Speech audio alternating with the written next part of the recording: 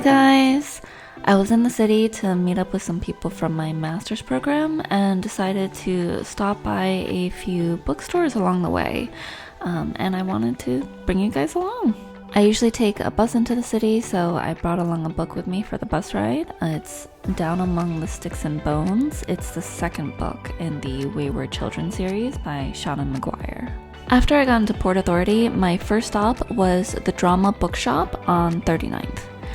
This place was super interesting. It's a bookstore entirely dedicated to theater and musical theater.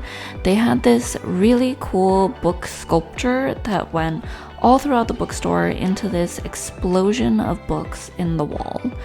And the bookstore itself had books about basically anything related to theater, the design of theater, playwrights, the history of theater. I really liked this one section in the back that just had songbooks, like literally just books of music sheets of all different musicals. Like, I didn't even realize that was something that could be sold in bookstores, so that was really cool. My next stop was Kinokuniya New York on 6th Ave between 40th and 41st Street. I actually have been to a Kinokuniya before a long time ago, but I didn't really remember much about it. It's a Japanese-based bookstore with 3 levels. The main level when you walk in is like your standard bookstore. They have all of the bestsellers in the front, and then there are some small sections that kind of remind you that it's a Japanese bookstore, like the Japanese literature section right behind all of the bestsellers. But overall, the main level is pretty typical, I'd say. It's actually pretty extensive though. The store itself was a lot bigger than I thought it was going to be. Then when you get to the upper floor, it is all anime and manga. I was so excited when I got to this floor. I used to read a lot of manga, so this was very nostalgic and comforting for me. Also, they had quite a lot of video game merch and figurines. There was a bunch of stuff for Genshin and even Twisted Wonderland, which I was kind of surprised to see. I didn't think Twisted Wonderland was all that popular, but I think I did hear that it was pretty popular in Japan when it first came out.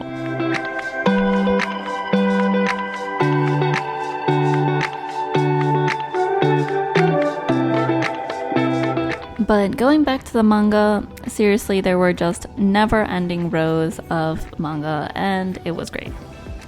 Of course, I had to show my favorite manga of all time, Akatsuki no Yona, or Yona of the Dawn. It's a historical adventure manga, but then there's action, there's romance, there's comedy, and I think it just mixes everything in so well. Anyway, going back to the bookstore, now we're at the first floor, which is actually the basement floor. This floor kind of reminds me of a Daiso or a flying tiger. There is a lot of stationery, some small knickknacks, and general miscellaneous things. I think if you're really into journaling or just enjoy browsing those types of Asian dollar store-esque stores, you'd really like this section. This is also where the children's section is and where the fully Japanese books are found. My next stop was BookOff on 45th.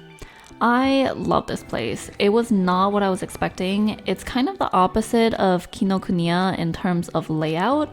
It's a used bookstore, but the entire main floor is all anime and manga and figurines. This is why I was surprised, because they don't market themselves at all as having manga or figurines on Google Maps, so I was very surprised when I first walked in. But that's actually not the reason I love this place. It is because I am an absolute cheap ass who loves a good deal, and the second floor had several rows of $1 and $2 books. I absolutely considered just sweeping half the shelves into my basket. Unfortunately, I did not end up doing that, but I did end up spending over an hour just going through the used books and picking out something I thought would be interesting. They do also have a basement floor, which was all music related, so lots of records, CDs, DVDs, etc.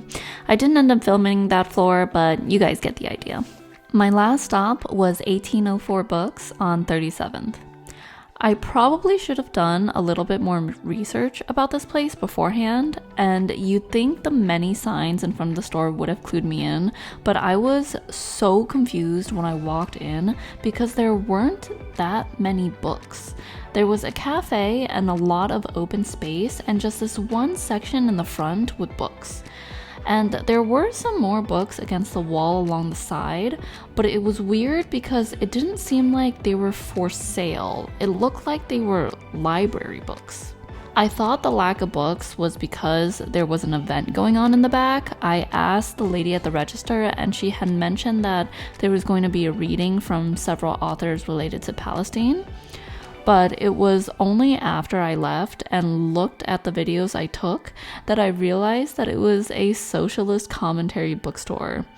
But yeah, I didn't end up spending very much time there just because I was so confused the whole time. And that was the somewhat hilarious end of my first NYC bookstore adventure. Thank you guys for coming along, and I hope to see you guys next time.